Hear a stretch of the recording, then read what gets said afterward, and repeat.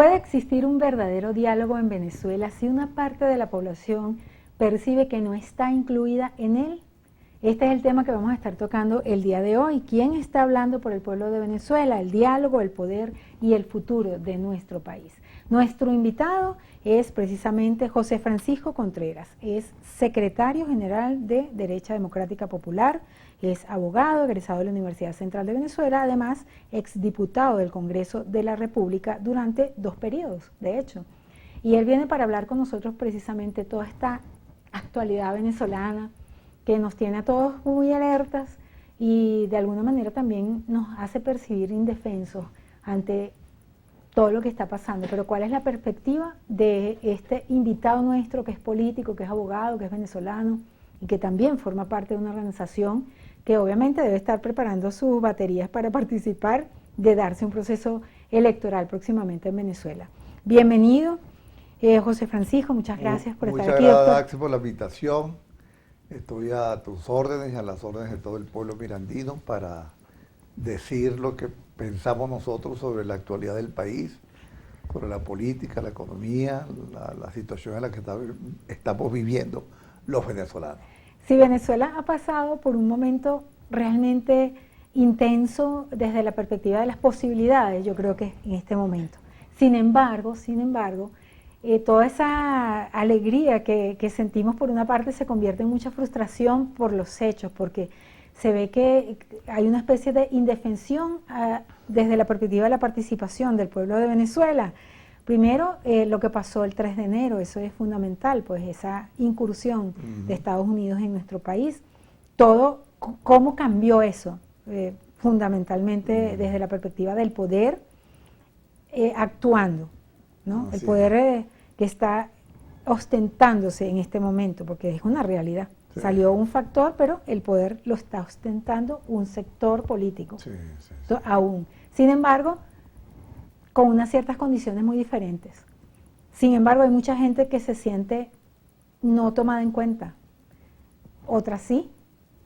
Hay muchas dudas, hay mucha opacidad en la información y la constitución de nuestro país quizás en muchos aspectos convertida en letra muerta. ¿Qué opina? Bueno, fíjate lo siguiente, estamos hablando hace ratico off cámara de la situación histórica del país y del continente en general. La verdad es que lo que ocurrió el 3 de enero no tiene antecedentes en la historia de Venezuela como república. Primera vez en la historia de Venezuela que una potencia militar extranjera se mete físicamente y bombardea a Venezuela de esa manera que lo hicieron. Porque en 1902 las potencias europeas que pretendían cobrar una deuda externa no llegaron a incursionar en Venezuela. Se colocaron en las costas y bombardearon, sí. Fidel Castro también trató de invadir Venezuela. Sí, pero con unos venezolanos. Con unos venezolanos. Ajá. Pero esto es lo que hicieron los Estados Unidos, esto nunca nos había pasado en Venezuela.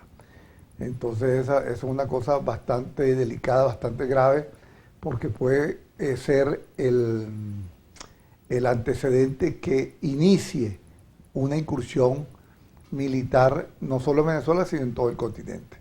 Entonces es una cuestión muy delicada, muy grave lo que nos ocurrió. Porque lo considera desde una perspectiva imperialista. Para hacer algo que lamentablemente los venezolanos, sobre todo la clase opositora en general, no pudo hacer por sus propias manos.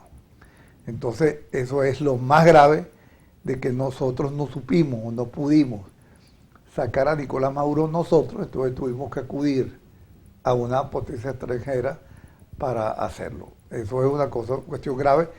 Y lo que yo he dicho siempre, de que los que estimulaban eso y promovían eso, pensaron que los norteamericanos iban a hacer lo que ellos dijeran. Resulta ser que los americanos sacaron a Nicolás Maduro y ahora son ellos los que están haciendo lo que quieren en Venezuela y no lo que ese sector de la política venezolana pensó que iba a hacer. ¿Usted se refiere a María Corina Machado? Bueno, no solo a ella, porque María Corina no solo fue ella, sino muchísima gente que promovió la intervención militar, que pensaron de que los Estados Unidos iban a hacer lo que ellos dijeran, sino que los Estados Unidos simplemente están haciendo lo que ellos quieren, en base a sus intereses. Ahora bien, eso en base a su poderío militar. Por supuesto, es que eso está...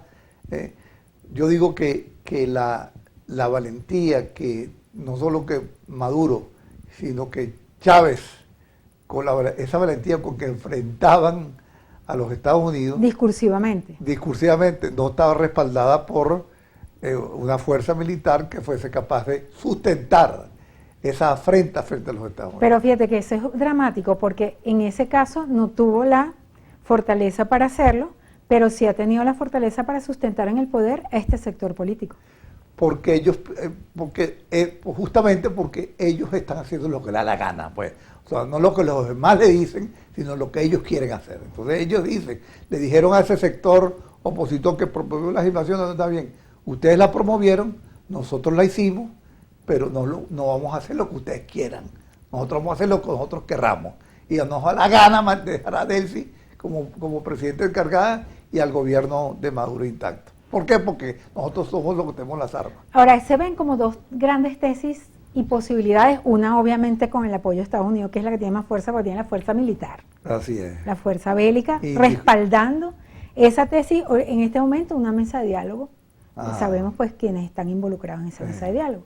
Y otros sectores, de una manera también quizás incipiente, pero respaldada con un bagaje constitucional, yo diría respetable, que es la doctora, por ejemplo, Rosa Mármol de León, quien asegura que se debe hacer una junta de gobierno y que la cosa va porque se convoquen inmediatamente unas elecciones en Venezuela. El otro sector, bueno, se están poniendo de acuerdo de varios temas, que si la Guaira, que si esto, que si aquello, y bueno, el Consejo Nacional Electoral, el Tribunal Supremo, que ha sido el primer paso que van a dar, en fin. ¿Cómo ve usted todo ese proceso? ¿En cuáles de esos caminos considera usted? Bueno, fíjese usted, ahí yo he tenido mis observaciones desde que se instaló esa comisión. Ajá. Y he dicho que el gran ausente de esa mesa de diálogo es la gente, es el pueblo de Venezuela. Son las necesidades reales de los venezolanos. O sea, en esa mesa, en lugar de estar discutiendo ese reparto burocrático de los tribunales venezolanos, deberían estar ocupándose de cómo solucionar los gravísimos problemas que enfrentamos los venezolanos. ¿Dónde está en esa mesa de diálogo el tema de la crisis eléctrica? Yo no lo veo. Están discutiendo que si el Tribunal Supremo, de que si los magistrados hay que cambiarlos, esas son cosas que hay que hacer, pero hay temas urgentes que esa mesa no está tocando. El tema es la legitimidad de origen, por ejemplo, vamos a ponerlo que sea como una empresa. Si la empresa que ostenta las acciones pues de esa no tiene legitimidad para el gasto, la desconfianza que hay con el tema de la corrupción, entonces todos son temitas ahí. Pero el día a día de los venezolanos no está en la mesa de diálogo. ¿Cómo hacerlo? Entonces, ¿cuál sería su propuesta? Tienen que hacerlo, ellos tienen que hacerlo. Y si no lo hacen, pues nos tocará a nosotros los venezolanos insistir, ir a la calle, reclamar, porque ¿cómo es posible que en las poblaciones del interior, fuera de Caracas, la luz se vaya 5, 6, 7 y hasta 10 horas diarias? La crisis que hay en materia de suministro de agua, en los servicios públicos en general, pero el tema eléctrico es una cosa tan grave que yo no sé por qué a esa comisión, a ese comité, no se les ocurrió abordar ese tema. Es un tema crucial y medular para el desarrollo del país. ¿Qué haces tú con un poder judicial bien integrado con los mejores magistrados, con los más preparados, pero no tienes con qué darle electricidad y energía al pueblo de Venezuela? El pueblo de Venezuela merece, para poder desarrollarse, para poder crecer, para poder progresar, necesita instrumentos. Y esos instrumentos justamente es la electricidad y la energía eléctrica. Cosa que nosotros tuvimos en el pasado y que fue, digamos, con su falla, pero había más o menos una regularidad de suministro eléctrico. Okay, ahorita no hay. Vamos a hablar. Ahorita no hay. ¿Cómo hacen las empresas, las industrias para crecer si no hay energía eléctrica? Las soluciones, vamos a hablar en términos coloquiales, que a la mesa le faltan patas. ¿Cuáles serían? Yo creo que le faltan todas las patas, pero los recursos económicos que se están generando producto de la exportación del petróleo, deben concentrarse en la reacomodación y en el mejoramiento de la industria, de las empresas eléctricas. Uno de los temas, ¿dónde están esos recursos? Los recursos ¿Quién los tiene? los ¿Dónde maneja. los están? Esa es otra de las cosas que es una cosa muy grave. Resulta que Venezuela no está administrando los recursos producto de la exportación de petróleo, sino que eso lo entra en una cuenta del Tesoro norteamericano y son ellos quienes deciden a dónde van esos recursos. Mucha gente dice, bueno, pero eso es mejor, porque si esos recursos entran directamente aquí en Venezuela, se los roban. Pero es una cosa bastante grave que nos pone a Venezuela. O sea, es una entrega del pueblo de alguna manera, aceptar la corrupción, aceptar que aquí no hay otro camino. Es la entrega de los recursos a una potencia, a los Estados Unidos. Por desconfianza de los que están en el poder. Entonces aquí tú no ves protesta en ese sentido porque muchos venezolanos piensan de que mejor que lo administren ellos porque si llega aquí directo esos recursos aquí a Venezuela se los roban. Entonces es una cosa bastante grave, la falta de credibilidad del pueblo de Venezuela en sus gobernantes y en la clase política en general. Cuando uno escucha a Donald Trump diciendo que el pueblo de Venezuela está feliz, que está muy bien, bueno, y nosotros estamos viendo la realidad aquí en Venezuela, ¿dónde es el camino? ¿Cuál es el camino realmente para, si tuviesen usted la posibilidad de decir, mira, hay que hacer esto y esto, estos son los sectores que hacen falta, hay que delinear las cosas por este camino? Tomando en consideración todo este contexto, ¿cómo hacemos para resolver este problema? En la próxima parte de la respuesta de nuestro invitado.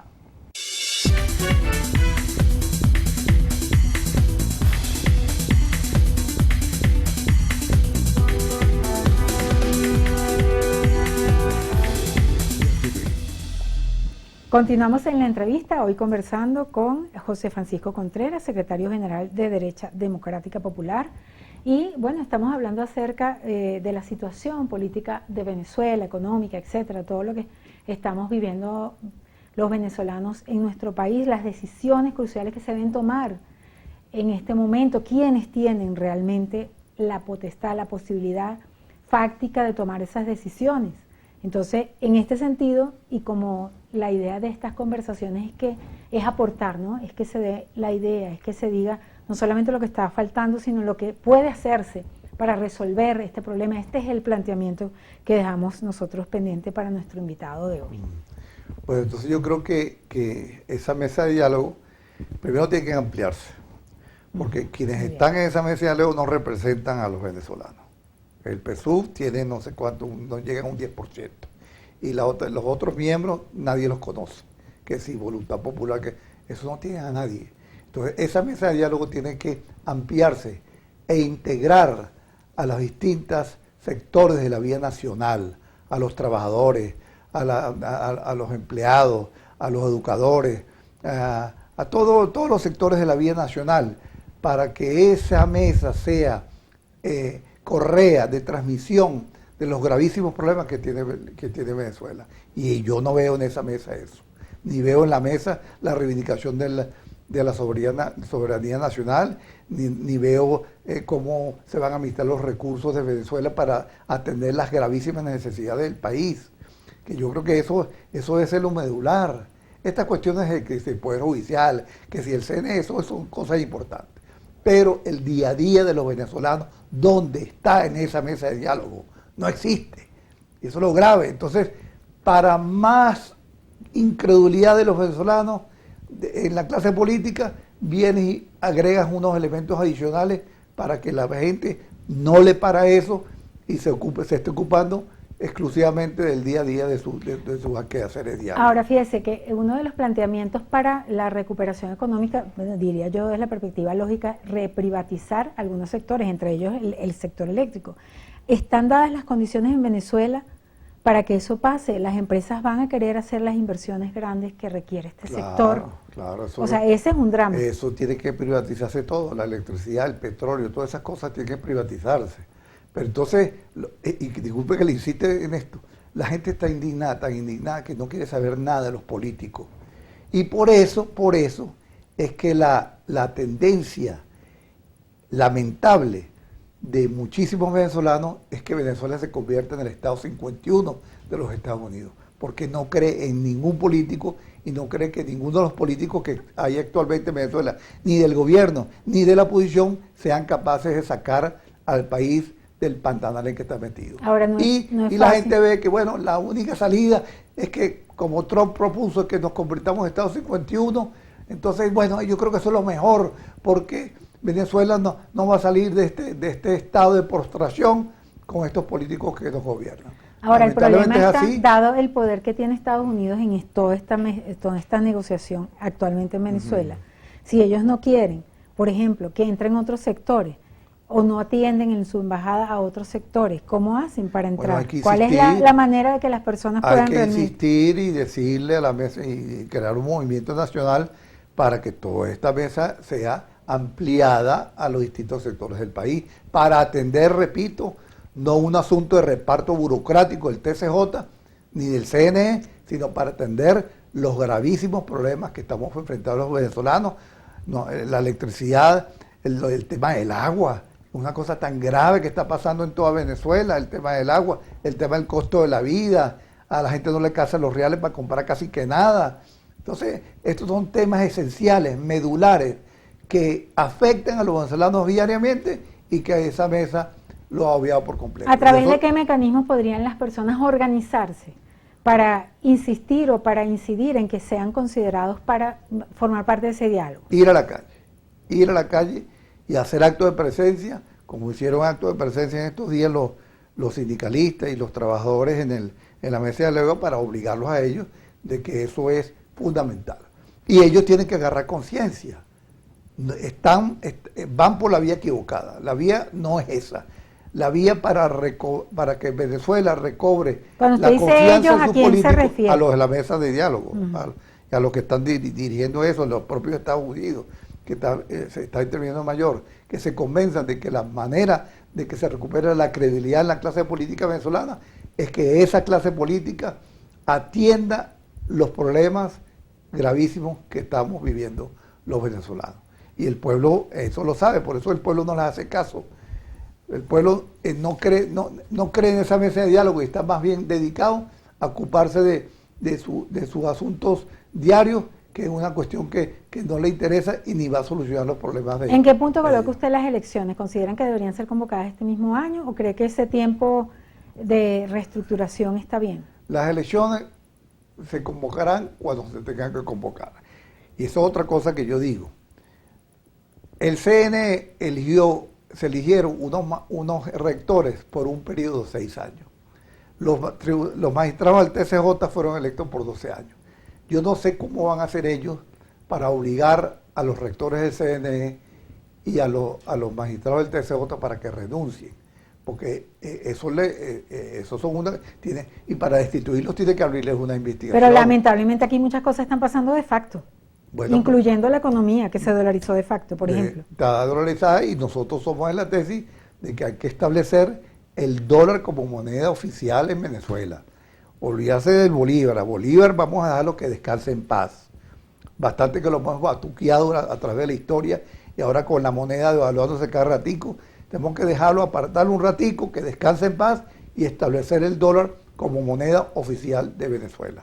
En eso yo creo que sí andan las autoridades, pero creo que eso es una cosa fundamental para que baje la inflación, porque quien aguanta esta inflación como está, esta cosa todos los días uno va y cada día las cosas son más caras.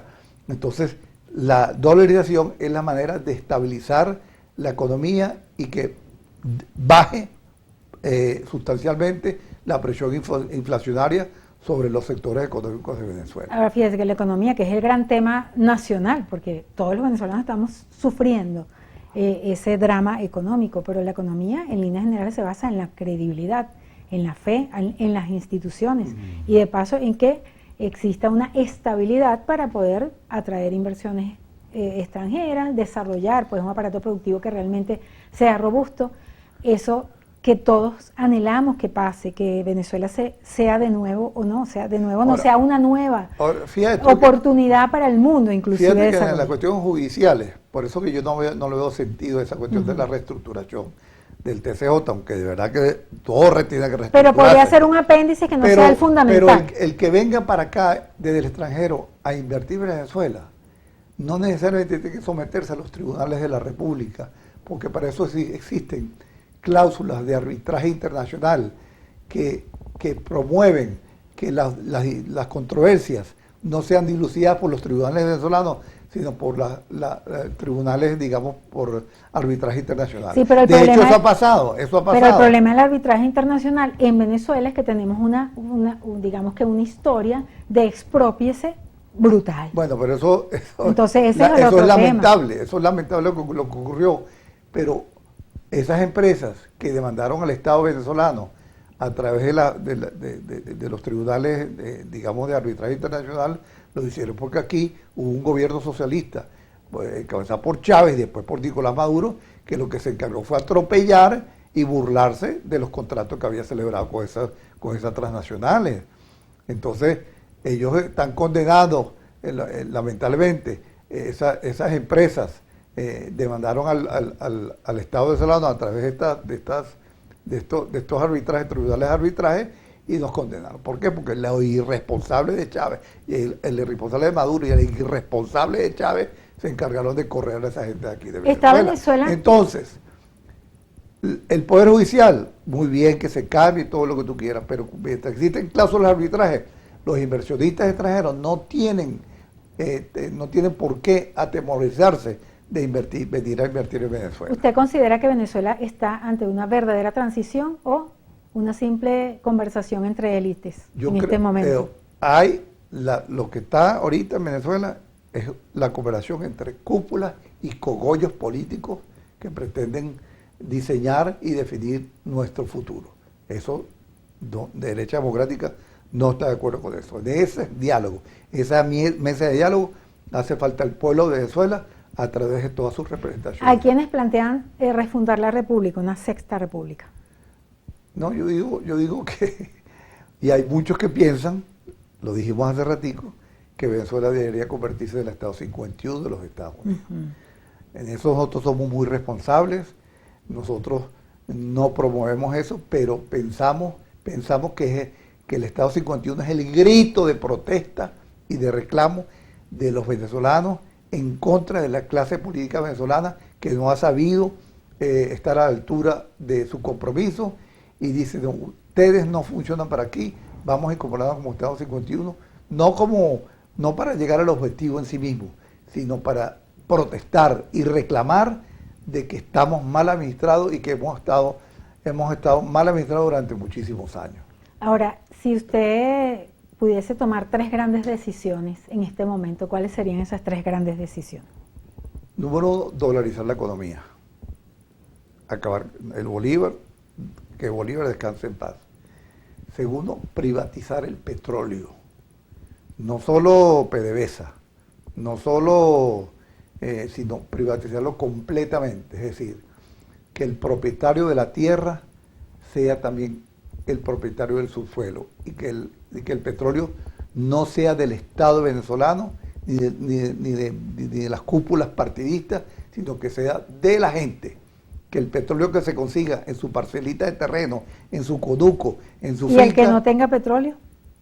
Va a ser beneficiado por los impuestos que pague esa explotación del petróleo. O sea que aquí lo que estamos es, derecha democrática lo que promueve es la propiedad privada, el incentivo a la propiedad privada, que ese petróleo sea de los particulares y si usted va a explotar ese petróleo tiene que pagar impuestos y esos impuestos van a servir para satisfacer las necesidades de los que no tienen petróleo. Un aporte suyo a la mesa de negociación en este momento, para finalizar. Repito, diálogo con la gente. Incorporen al pueblo de Venezuela en esa mesa de diálogo para que tenga credibilidad y el pueblo vuelque sus ojos hacia ella y que esa mesa pueda así resolver los gravísimos problemas que estamos atravesando los venezolanos. Doctor José Francisco Contreras, muchísimas gracias por esta interesante conversación. Gracias por su invitación. Y asistir con nosotros, bueno, nuestra amiga Zuleika, también Andrade, quien hizo la coordinación de esta entrevista, muchísimas gracias. A ustedes, nuestros queridos y distinguidos televidentes, Gracias por permitirnos una vez más entrar a sus hogares a través de la pantalla de Mira TV. Recuerden que esta entrevista usted también la puede ver en nuestro portal de noticias Gente de Hoy, en el canal de YouTube, así que la puede buscar allí. Nos despedimos a nombre de nuestro director, Antonio Abrantes, y quien tuvo el inmenso placer de conversar con ustedes, Daisy Oropesa. Hasta la próxima.